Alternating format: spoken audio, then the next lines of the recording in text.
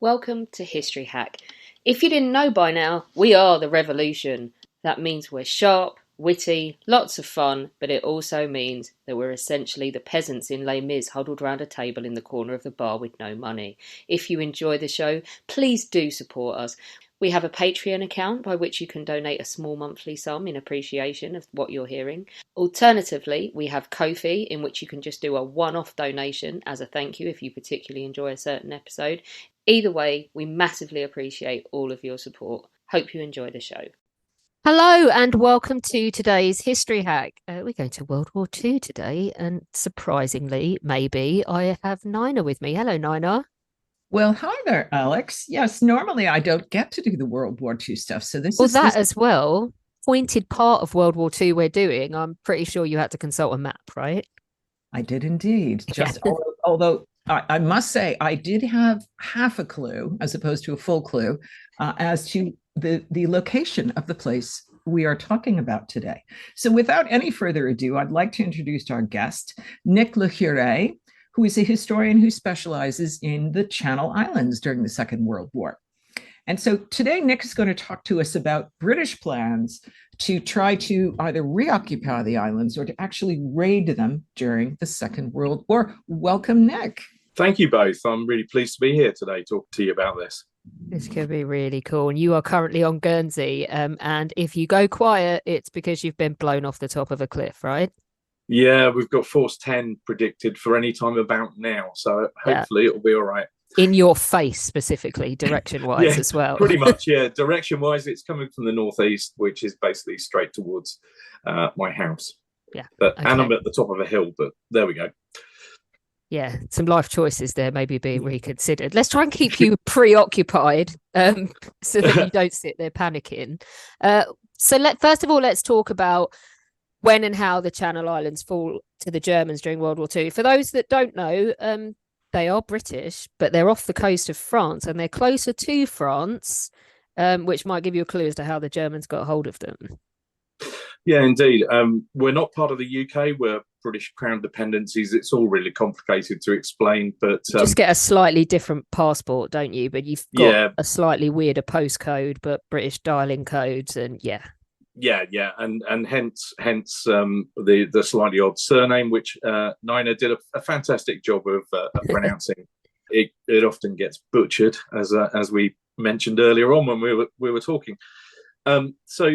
Yeah, as you said, we're just off the coast of France. Depending on which island you're on, Alderney is about 8 miles from the Cherbourg Peninsula. We're about 30 miles away from the closest point on the French coast, about 80 miles from the nearest point on the UK. Jersey is a bit further south from us, and they're also a little bit closer to the French coast than we are. So what happened was probably a little bit before we got occupied is probably worth talking about. The British government were trying to decide what to do about Channel Islands as the Germans were, coming across France, working their way across to the Cherbourg Peninsula. And it's quite interesting. I've read the War Cabinet minutes, and in the run-up to us eventually being occupied, they changed their minds so many times about what they were going to do. They, sometimes changed their minds 3 times in one day as to what they were going to do. 1 minute they're going to send a brigade to come and defend the islands. The next minute, well, maybe we won't send a brigade, we'll send a slightly smaller force. Then they were thinking, well, maybe the Germans won't even bother, to be honest, because as far back as 1925, the islands had been assessed by the British government as not being of strategic importance either to them or any enemy. Interestingly, at the time, they considered the French as being a possible enemy in 1925. Interesting concept. It's just like kind of wishful thinking with the whole maybe the Germans will just leave them alone, because there's kind of like a moral responsibility, isn't there? And yet nobody wants to tie up an entire brigade.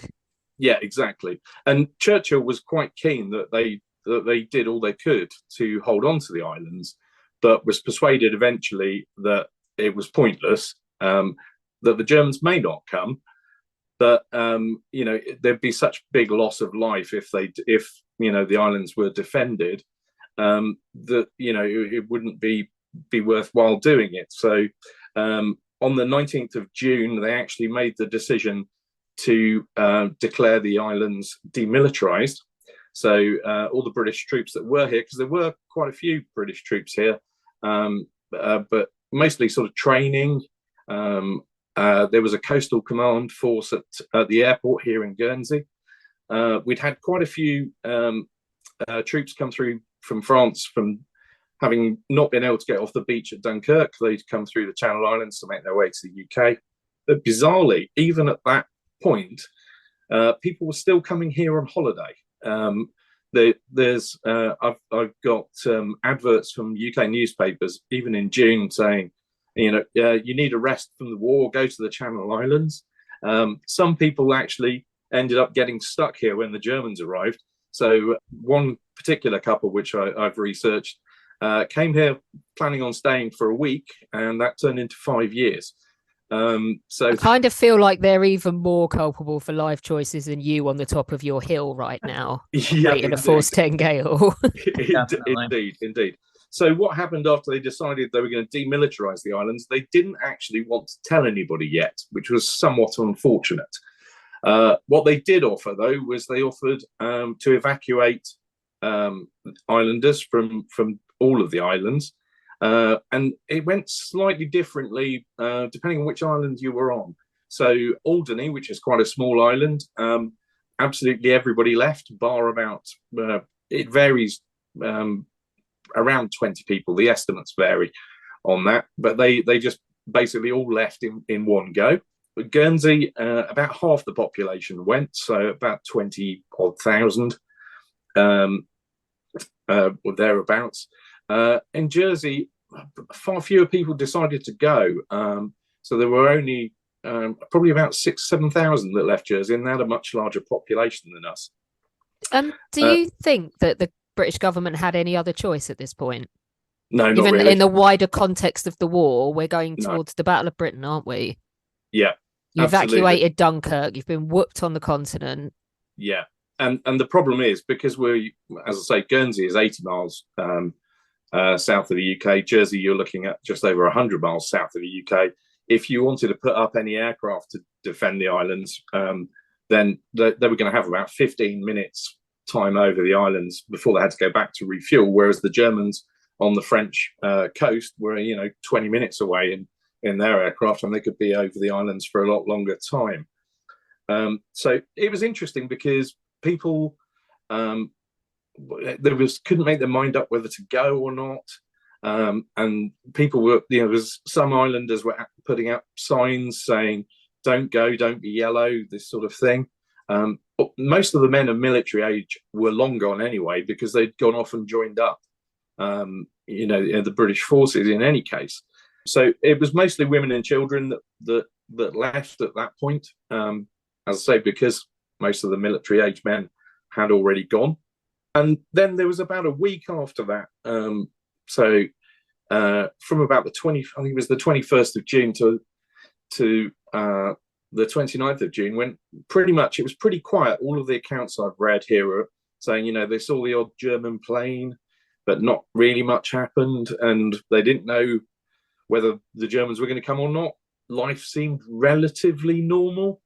And then, unfortunately, on the 28th of June, still no announcement had been made that the islands were demilitarized. And St. Peter Court Harbour here in Guernsey was bombed quite heavily by the Germans.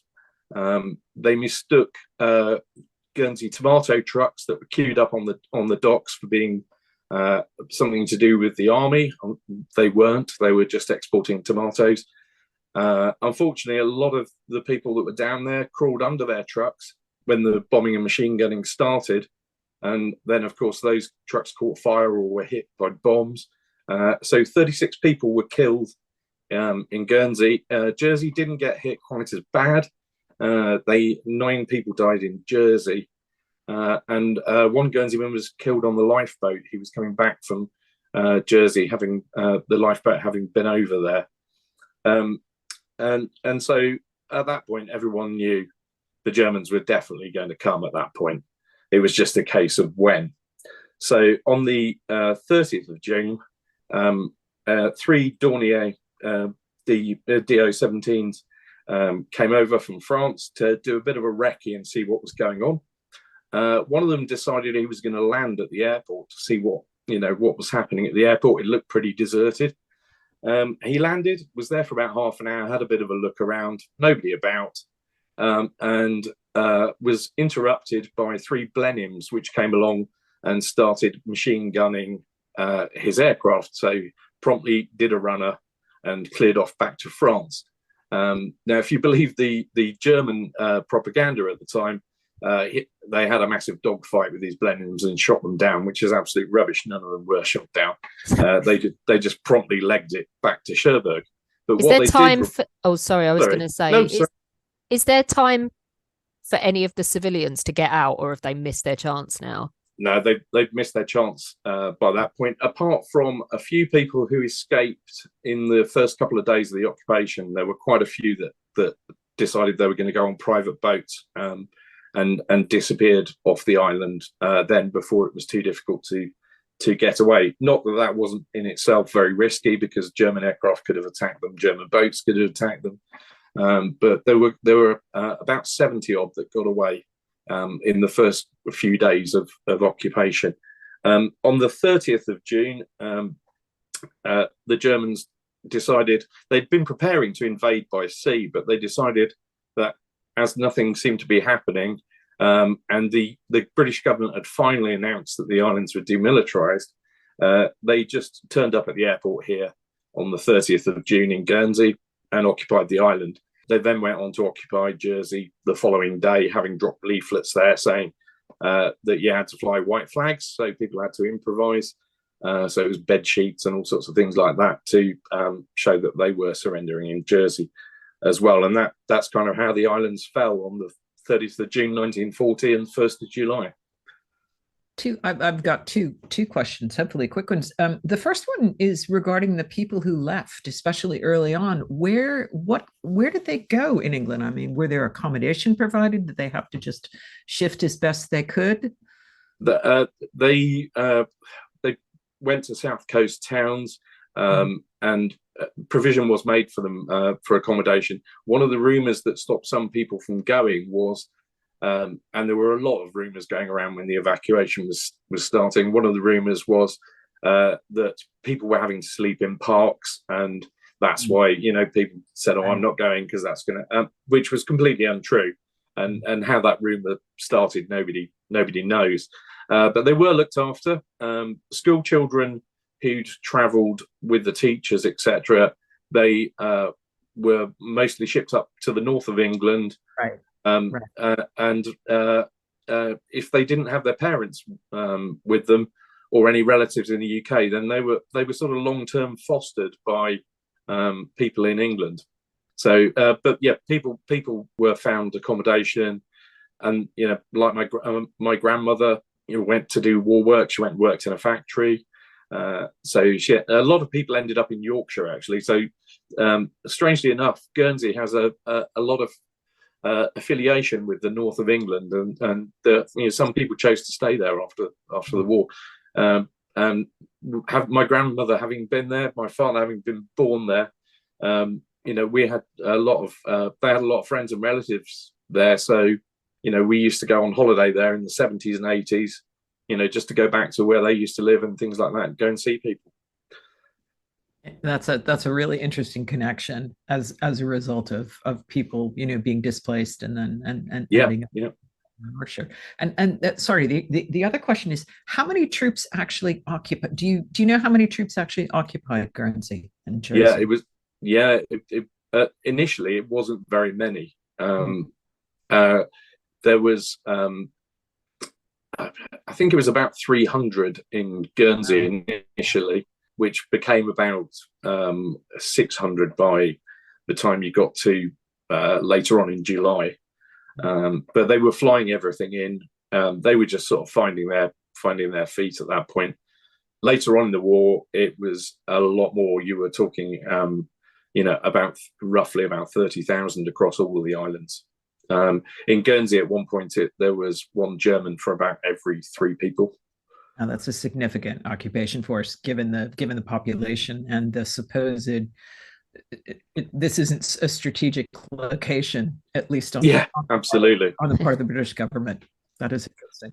Speaking of, Grandad Churchill is clearly pissed off, isn't he? He wants the islands back. Yeah, he does. He was mightily miffed, to say the least.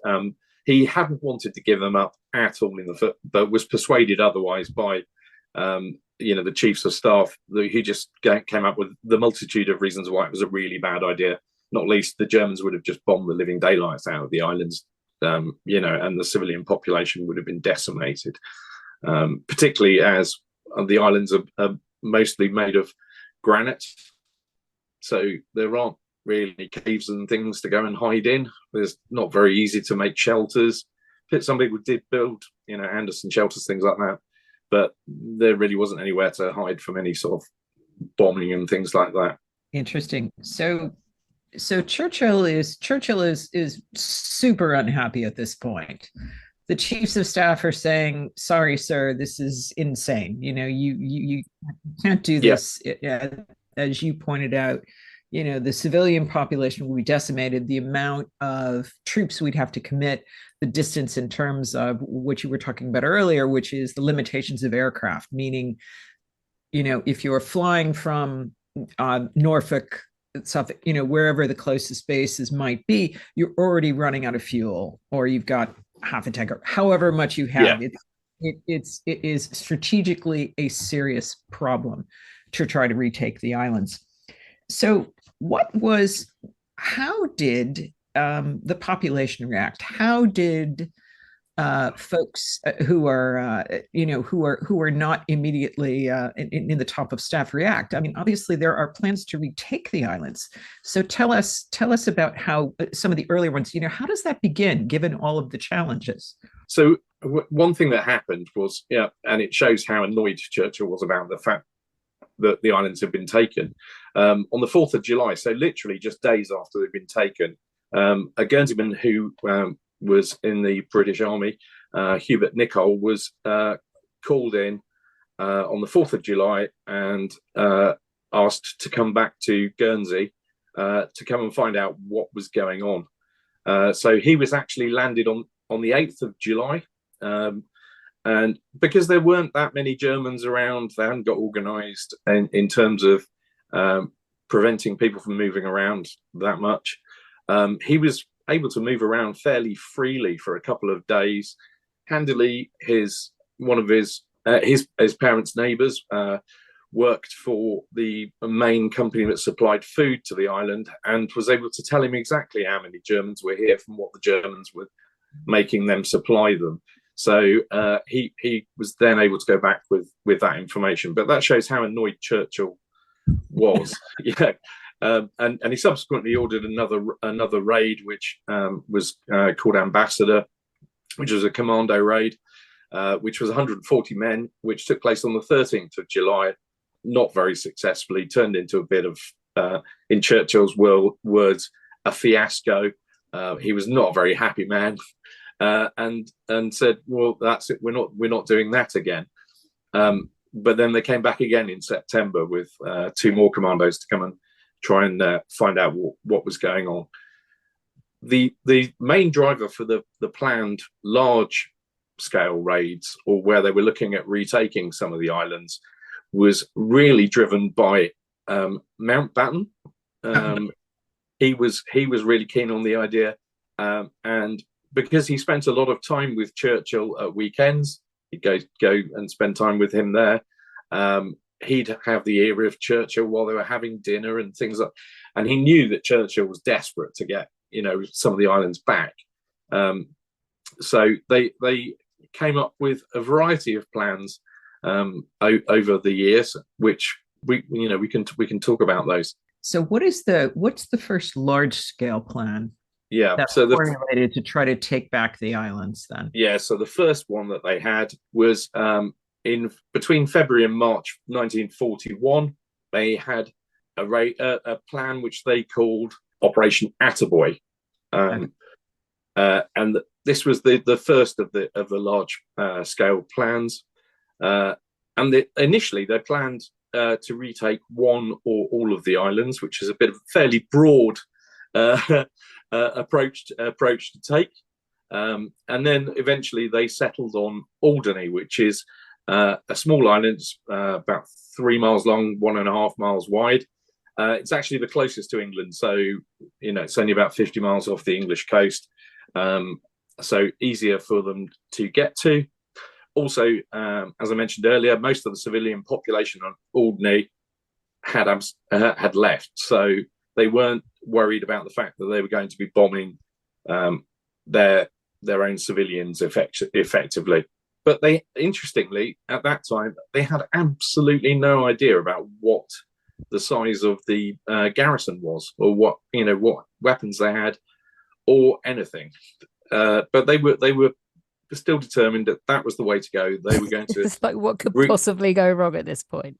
Exactly. I mean, going up on an island which is predominantly cliffy, with only one beach that is wide enough that you could use it for a significant landing. What could possibly go wrong? And it came out of Mountbatten and Churchill deciding that the time had come for them to take some offensive action with a view to forcing the Germans to fight and inflicting military losses on them, which again is interesting when you don't know how many there are on the island that you're going to retake. Now, they concluded it was probably feasible, but it would be high maintenance because, okay, you go and retake it. It's 8 miles from the French coast. The Germans can, come and attack you at will, and you're still operating a relatively long supply line, which is going to be problematic.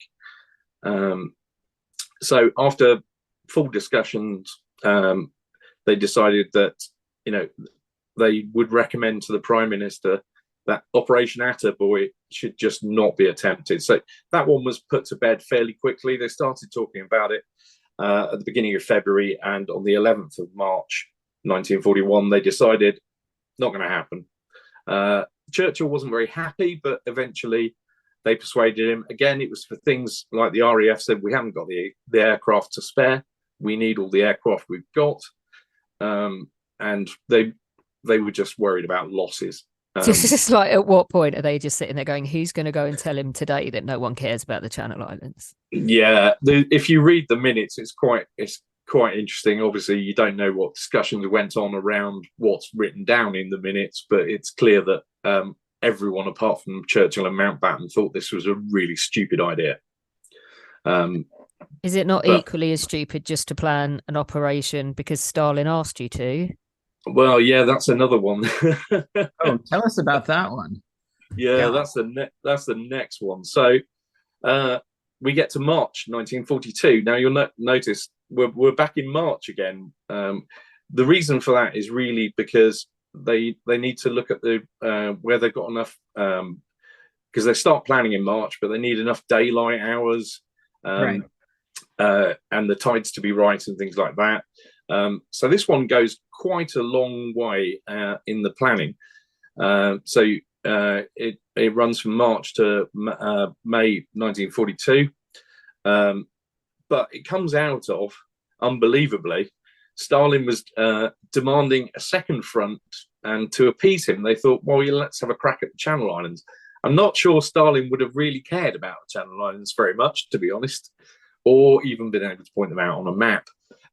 So it was an interesting. It's like Stalin did, but he did fly Tamerlane's dead mummified body up and down the Eastern Front to see if the curse was real, though, didn't he? So I don't think he's necessarily always thinking that hard about the stuff that comes out of his mouth. Indeed, but they thought it would appease him, so they came up with a plan, which was initially to hold Alderney permanently. They were going to use 6,000 to 7,000 men. 4,800 men to land. It was going to be a brigade of guards, and they actually got as far as training for the attack using the Isle of Wight, as they felt that parts of the Isle of Wight were sort of vaguely similar to Alderney, and they could do a bit of training there. One of the things I found in the archives is actually a great interview with a chap who is called Michael Hancock, who went on to be a general. And he talks a lot about what they were planning to do, how they were going to attack. He doesn't actually say anything about whether he thought it was a good idea. The interview was recorded much later after the war, a few decades after the war. But it's quite an interesting take on what they were going to do. And it shows how far they got. They'd worked out what ships they were going to use. They were going to have to use quite a few, and they were going to have a monitor to bombard the islands. It was going to be a fairly large scale thing, and they were going to bomb the living daylights out of Alderney before they even started, which obviously was going to tell the Germans that you were on the way anyway. So quite where they would have gone with that. It was an interesting one, but they scaled it back and decided they were going to hold it for a week, which I really don't understand why they were going to do that. If you're going to go to all that effort, potentially lose a lot of troops, why would you do it just for a week? That's certainly not going to appease Stalin. No. If you turn around and well, we did start a second front, but we gave up after a week. They renamed the Operation Aimwell when they scaled it back to being just a week, and it's quite interesting. I don't know if you've ever read any of Sir Alan Brooke's diary. His diary can be really, really dull at times, talking about birds that he's seen in the garden and where he's been for dinner and things like that. It's not particularly interesting, but there are some gems in there, one of which he notes in his diary on the 6th of May 1942 that he arrived just in time to the Chiefs of Staff meeting to turn down a proposed attack on Alderney in the Channel Islands as a large raid by the Guards Brigade. And he really didn't like Mountbatten. He just thought, Mountbatten was stirring all these plans up with the aid of Churchill. And they again talked about the whole reason why it was a bad idea. It was, again, down to committing aircraft. The RAF said, we haven't got enough. Alan Brooke actually said in the meeting that he doubted that even if they dropped the amount of bombs on the islands, they were talking about using 500 or 600 aircraft. Wow. Yeah, absolutely. It's an incredible amount of, and they were going to bomb the islands for 2 days before the bomb Alderney for 2 days before they attacked it. But Alan Brooke pointed out it's mostly made of granite. You're not going to do a lot of damage. It seems a little bit pointless. The RAF weren't keen, and the Navy weren't overly keen either, to be fair. So that operation got canned. Do you at that point had they actually got some legitimate intelligence as to the number of German troops on Alderney, or were they just no? Yeah, so they were winging it, so to speak. They were very much. They were very much winging it as to what was going on in Alderney. They really didn't know, what was going on. I mean, the Germans had started building, proper fortifications by that point. If they tried it in 41, they weren't that well fortified, so they might have had a bit of a chance. But still, it would have been, pretty dicey. Gosh, that is fascinating. That despite having no real numbers, no real reconnaissance, that the drive to retake is so strong. And I understand that they were trying to appease Stalin, so Stalin wouldn't back off from the Eastern Front and say, nope, taking my troops back, sorry, you guys are on your own. So I certainly recognize that, but it's fascinating to me that they would develop an operation of that size, commit that many aircraft at a time when aircraft were still, if you lost one, it was still a really big deal, not to mention losing pilots. That somehow this almost from the start futile gesture is something that they commit a huge amount of time and energy to. It's and almost with the knowledge we've got today. It's incredible that that they even contemplated it. Definitely. Yeah, that is fascinating. So they withdraw this one as well, particularly even after downscaling it so that it's going to be a week, with the recognition that, well, if you're going to do that and then you're going to withdraw, what purpose are you actually serving?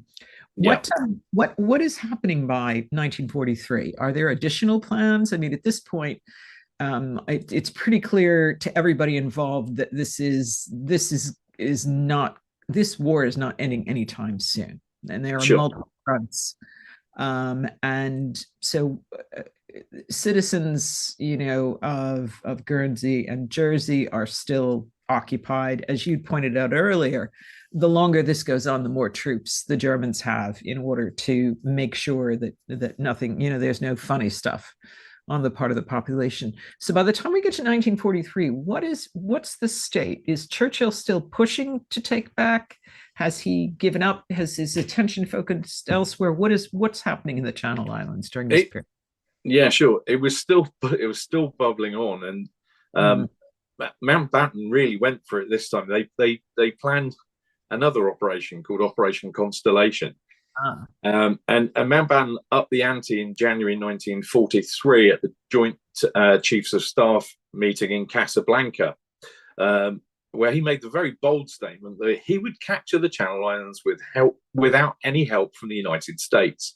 Now, this had come about because it was all about land. That was all about landing craft, and the United States representatives basically said, no, you can't have any landing craft because we need them for operations that we're going to be running. So no, you can't have them. And he basically threw his toys out the pram, and it's minuted that he actually said, I'll recapture the Channel Islands without your help, which is a very bold statement to make, particularly in that particular forum. So anyway, he continued with his idea that this should happen. Initial plan to take back one or more of the Channel Islands. This all sounds very familiar, doesn't it? And again, we're talking February, March, this time in 1943. This time he also went for it because he wasn't really sort of settling for Alderney originally. He decided that we're going to try and retake all of the islands. So Constellation, whilst it was the name of the overarching operation, had three sub-operations, which were Condor, Coverlet, and Concertina. And they planned this in really great detail. There were a huge amount of work that went into it. It was astounding. So Condor assumed that they were going to take Jersey, which is the largest island in the Channel Islands, but also the furthest away from the UK. Coverlet, they were going to take Guernsey. Concertina, they would take good old Alderney. Now, it would have been devastating if they eventually went on to pick Alderney yet again. But it would have been devastating for the civilian population if they'd tried to do this. If they picked just one of the other islands, let alone, decided to try and take all of them. I mean, that would have just been absolutely awful. They were talking about dropping 1,500 tons of bombs, which, Guernsey's 25 square miles, Jersey's 45 square miles. That's a lot of bombs to be dropping. They were, again, talking about 500-600 aircraft. They were trying to get the US Air Force involved this time using B-17s as well as the RAF bombing. So that would have been, disastrous.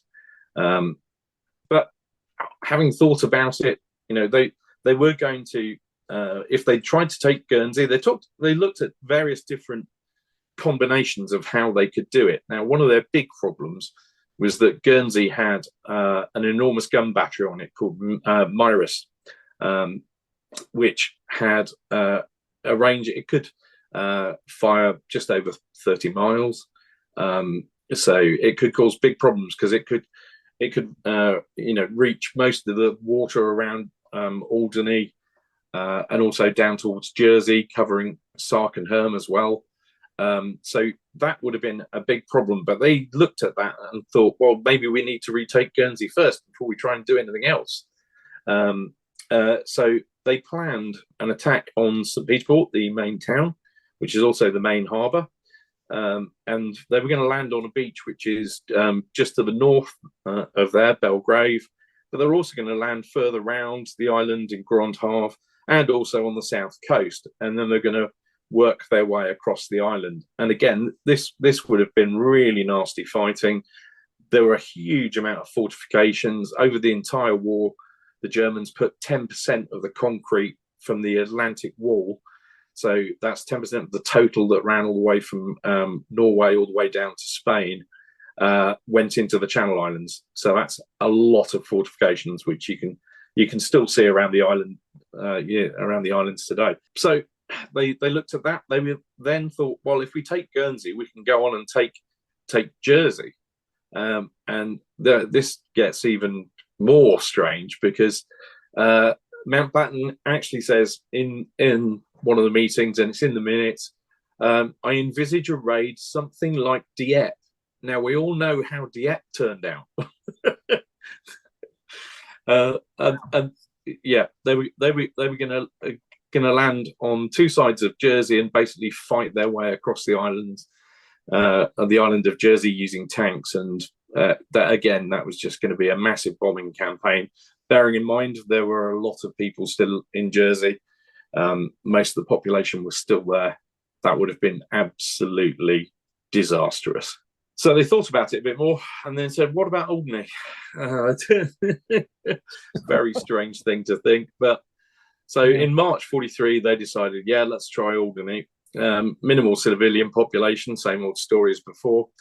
They knew by this point that there were slave workers there, probably about 500 of them. But that's probably quite light, actually. They probably got that number wrong. But I'm not even quite sure how they got the intelligence that was the case. It may have been from one of the commando raids that happened around that time that they found this out. Also, people were escaping from the Channel Islands, and albeit not very frequently because it wasn't very easy. But some people were escaping. They were interviewed by MI19 in the UK when they arrived.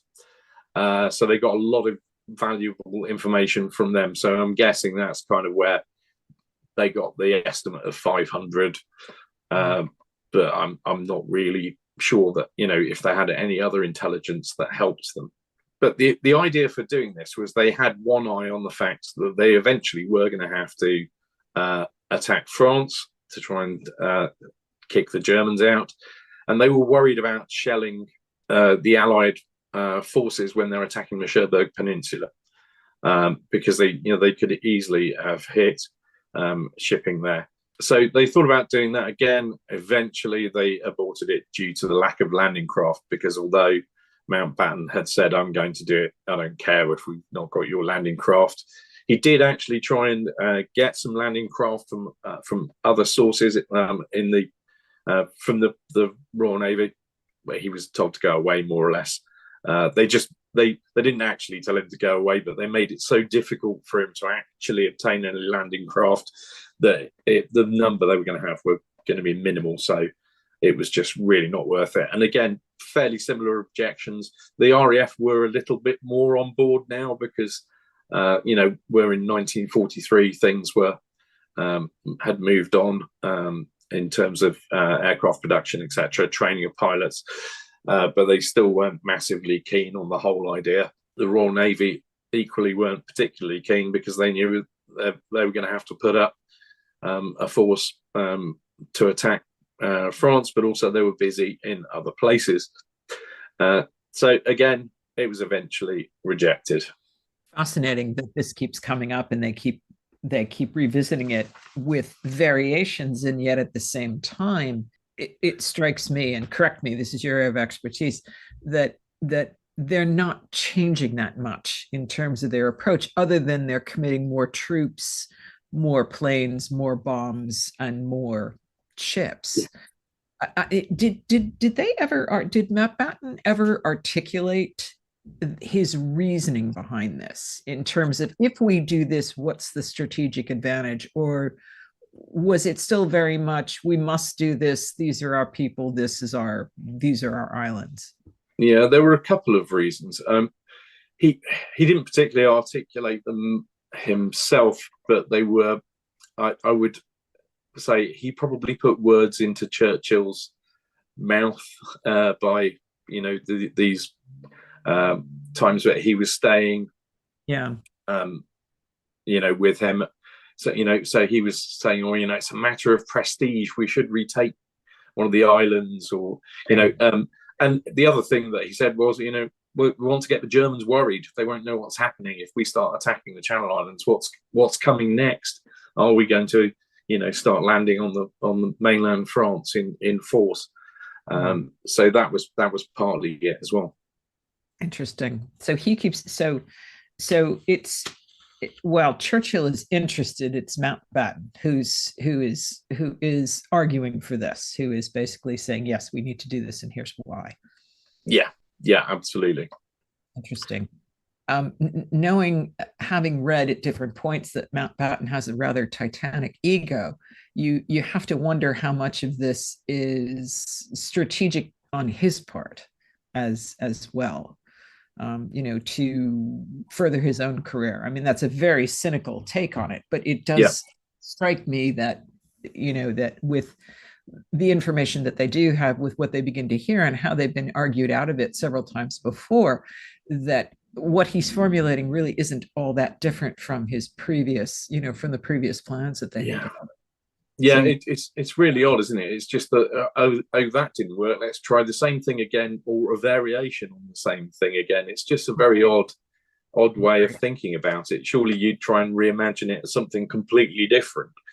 It does strike me that if you are receiving arguments from the armed forces that are actually going to execute this operation, and they're telling you, look, as you pointed out early, we don't have the planes, we don't have the fuel, we can't support an operation like this, and then whatever the Navy is saying is, look, this is too many ships, we'd have to stay there.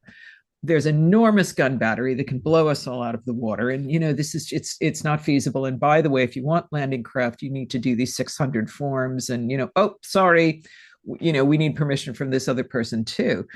So I'm intrigued by the fact that this appears to become a personal crusade of Mountbatten's at this point, that, he's not going to take no for an answer. Yeah. So by the time we get to the end of 1943 and we are, heading into 1944, they continue to formulate different approaches, don't they? Tell us about where they, where do they go next? And also at the same time, how are the citizens of the Channel Islands doing with, having been occupied for now, several years? And as you pointed out earlier, there are a lot of German troops. It's not, 600 anymore. It's an enormous number. And as you said earlier, it's really sort of like one for every three residents that are still on the islands. Sorry, that's too big. Feel free to approach him. Why don't you tell us, if you could tell us a little bit about what's happening on the islands in the meantime, to the citizens there? That would be. Yeah, it's quite interesting. They were already suffering hardships in terms of getting food and things across. Even by that stage of the war, the shops had very little left in them. If you were lucky, there was a lot of bartering going on. Rationing was very, very strict. It's pretty horrible. But interestingly, in the escapes from the Channel Islands, there's, in some of the interviews, there are complaints made by the people that escaped when they're being interviewed by MI19. They're saying, why didn't you come on the island? There were some points, but there were a very small number of aircraft involved, and almost what you'd probably call a surgical strike. Not that the surgical strike existed at that point, but they were involved very few aircraft, and they were targeted at specific military installations where there probably weren't going to be too many, the RAF bombing the islands, and that people in the islands would have welcomed it because it would have given them some hope that something was actually being done and they hadn't been forgotten about. They also complained that there were no radio broadcasts to the Channel Islands if they did broadcast to the Channel Islands specifically, then the Germans might think that, something's going on. There's going to be an attack, and they might take measures against the community. So there was that. They also complained that they hadn't dropped newspapers on the islands, so they didn't know what was going on, and all sorts of things like that. Now, interestingly, later on in the war, things like that did happen. They did drop newspapers on the islands to keep people up to date with what was going on, and also leaflets to try and encourage the Germans to surrender. But most people were just being quite, I don't know how you'd put it, really, just carrying on, doing the best they could in the circumstances, and just hoping for one day they would be liberated. It does sound as if it would have been incredibly demoralizing, because you're getting no news, because you have no idea what's going on, because the islands are occupied by fairly significant numbers of troops, and you are hearing nothing. So you have no communication, you have no information, you have no broadcasts. Situation on the islands is pretty grim, as you pointed out, in terms of the food you can get and so on. And so it's completely understandable that it must have felt to many people that they were forgotten. We don't matter, and we don't even know what's happening. Is this it? Have the Germans won? So that certainly. Was there any resistance on the part of the residents of the islands themselves, just to try to to try to fight back, to try to make a statement, take a stand? Clearly they were outnumbered by this point in the war, but I'm curious as to whether or not there were any efforts on the part, was there a resistance movement or anything like that on the islands at that point? It's a difficult one, and I've looked at this quite a lot. It depends what you mean by resistance. You couldn't have resistance like you could on mainland Europe, where you could go and blow up some railway tracks and then run away 40 kilometers away and go and hide in a forest or halfway up a mountain or something like that.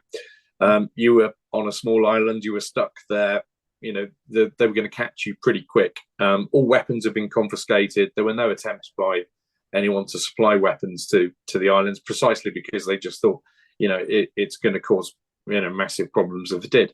Right. However, there were radios had been confiscated. They were given back briefly, and then they were confiscated again. But people built crystal radio sets so that they could get the news. There were two underground news sheets that were started, which one was called Guernsey Underground News Service, and another one called GASP, which was Guernsey Active Secret Press. Now they took great risks in distributing these leaflets. Some people were trusted, so that they were basically, delivered to their house. Others knew that if you went, for example, there was a large branch of Lloyd's Bank in St. Peter Port, and if you went in and asked the right question, you would be given one of the news sheets to look at, hidden inside of a book. Also, at one of the libraries, people knew that it would be in a book. So there was that sort of activity that went on. There were also things like the V for Victory, because people had heard the broadcasts encouraging the French to do things like that by doing the chalking V's on things, or painting V's on things. So people did that. The Germans tried to turn it into their own sign by putting laurel leaves around them and things like that. But there were things like that. People made pin badges with the king's head on, made out of English coins, and they'd wear them under their lapel. And if they saw somebody they trusted, they'd just flash their badge. Again, that was a very dangerous thing to do. There was a lady actually who earned the nickname Mrs. Churchill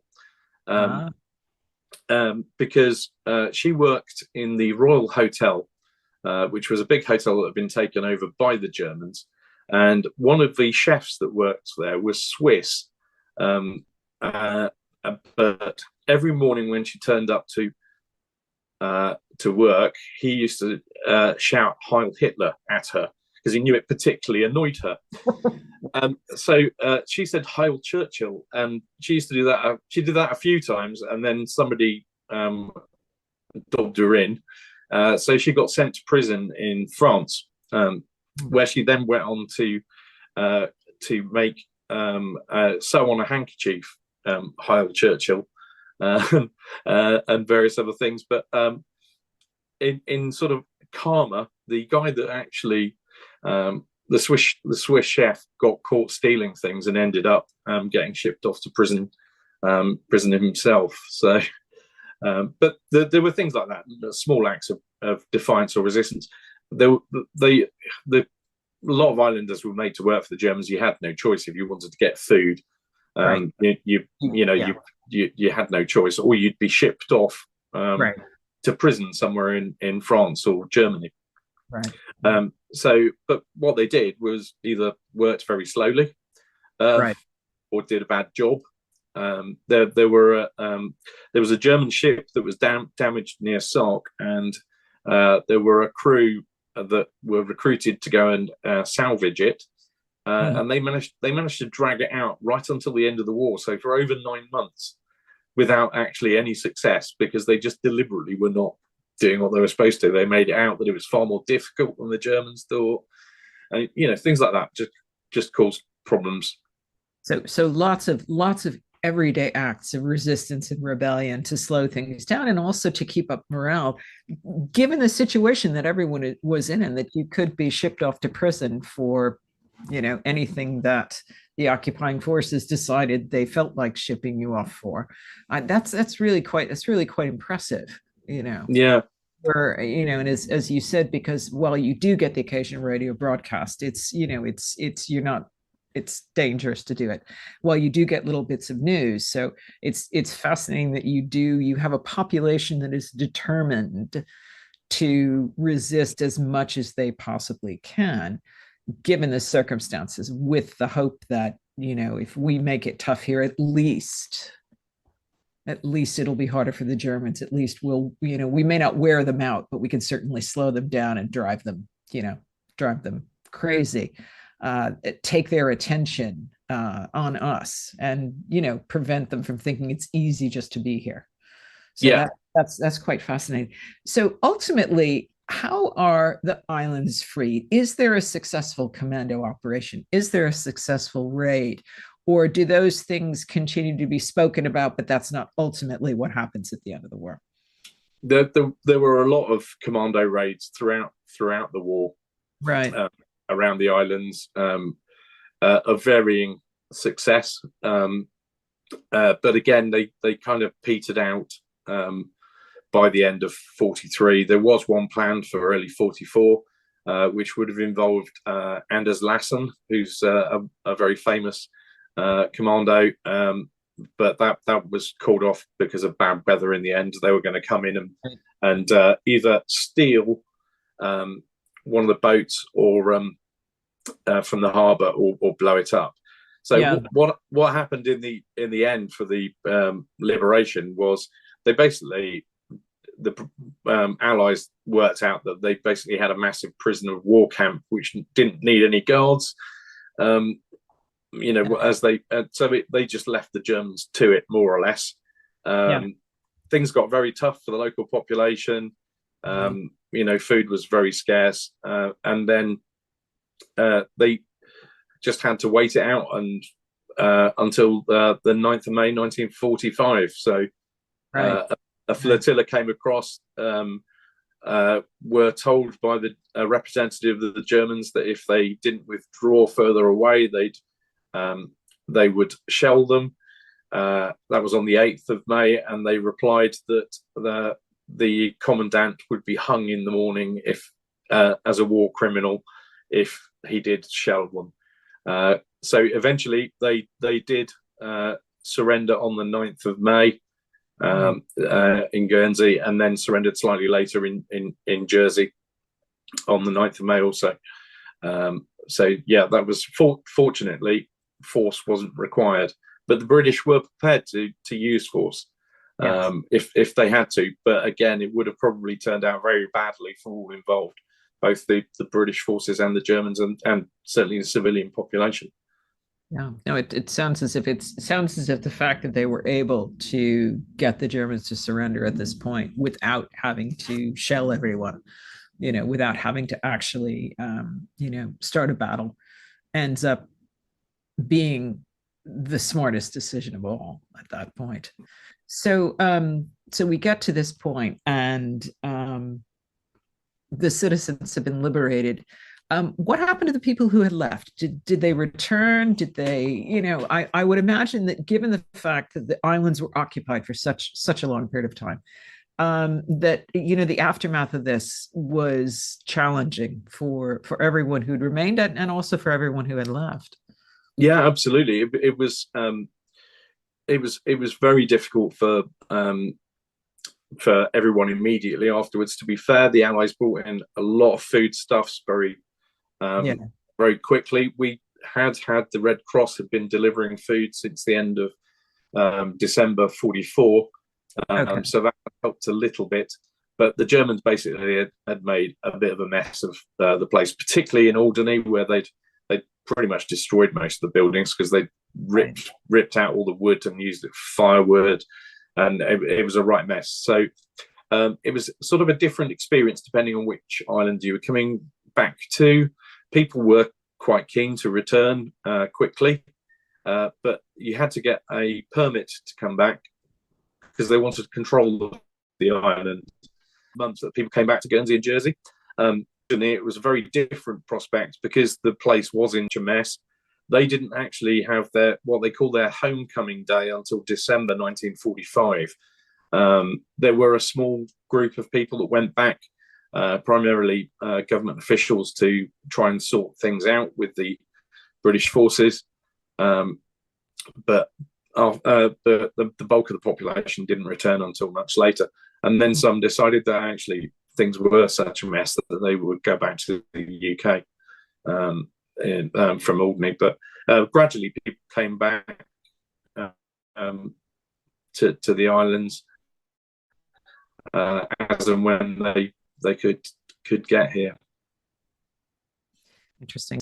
Quite challenging for all concerned, really, as the only portion of the Britain that had been occupied for that length of time, and and really sort of cut off for so much of the war. It's really impressive. Nick, this has been wonderful. I mean, although I have of course done some reading, this is a side of World War II that I knew very little about, and so it's been terrific having you on, and I've been fascinated by the excellent stories that you've told. And all the detail you've been able to give us about what happens, what goes wrong, and really, what is it like to be on the Channel Islands during World War II, which I imagine this is an aspect of the war that many people don't know about. So tell us, what are you doing next with this? Do you have a book underway or articles, or am I rumbling you and you weren't ready to? And if you're not ready to say anything, that's fine too. But I'm sure the listeners of History Hack are going to want to know what happens next. Yeah, sure. Well, I've been running a website for a couple of years now, which has got various articles as I find things that I think will be of interest to people. It's great because new stuff comes out all the time, because a lot of the books were written 30, 40 years ago.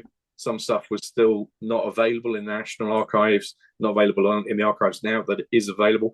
So I've been doing that. But yes, I have got a book contract which was signed just before the end of December. Congratulations. That's fantastic. So I'm in the process of writing a book about escapes from the Channel Islands, because that's an area that nobody's really written about. There've been some short articles about it. There was one book about escapes from Jersey, but it was produced on a very small scale some years ago. I think it was a limited edition. There were about 700 copies. But nobody's really written about it in detail. A lot more information has come out since. So I settled on that was what I was going to write about. I didn't want to, regurgitate the stuff that's happened, that's in all the other books. So just by pure chance, I'd started writing the book, and on what's now called X, but what I still refer to as Twitter, I had somebody contact me from a publishing company. Fantastic. And we had a chat, a couple of Zoom calls and a lot of emails, and a contract was sent through, and I felt like they were the sort of guys I could work with. So so I was pleased to get that signed up. So I'm now beavering away. Fortunately, I'd already done a lot of the research, so that helps a lot. And I'm beavering away on that at the moment. So I'm now running to a deadline for finishing the book, which is got to submit it by January next year. So I've got a bit of time. That's fantastic. Yeah, and we may well want to know more when the book actually comes out. But anyway, it's been wonderful having you on History Hack today. Thank you so much for giving us a big chunk of your time to talk about a fascinating subject that very few people really seem to understand and know about. It's been a great pleasure. I hope you've enjoyed yourself too. I have. Yeah, it's been great. Thank you very much for giving me the opportunity to get this story out there, because as you said earlier, not a lot of people know a lot of this stuff. Our incredible guests give us 45 minutes of their time to join us and talk about their work or their new book. This is just a small taster. As a result, we have launched our very own bookshop on bookshop.org, where you can find our guests' latest books, you can support them, and you can support us on History Hack. 10% of every sale via our bookshop supports the podcast and allows us to keep going and bring you more top-of-the-line guests. You can find our bookshop at bookshop.org/shop/History Hack, or search for us in the shop section. Thank you so much for your continued support. We really appreciate our listeners and supporters. So make sure you get down to the bookshop and grab yourselves a new book.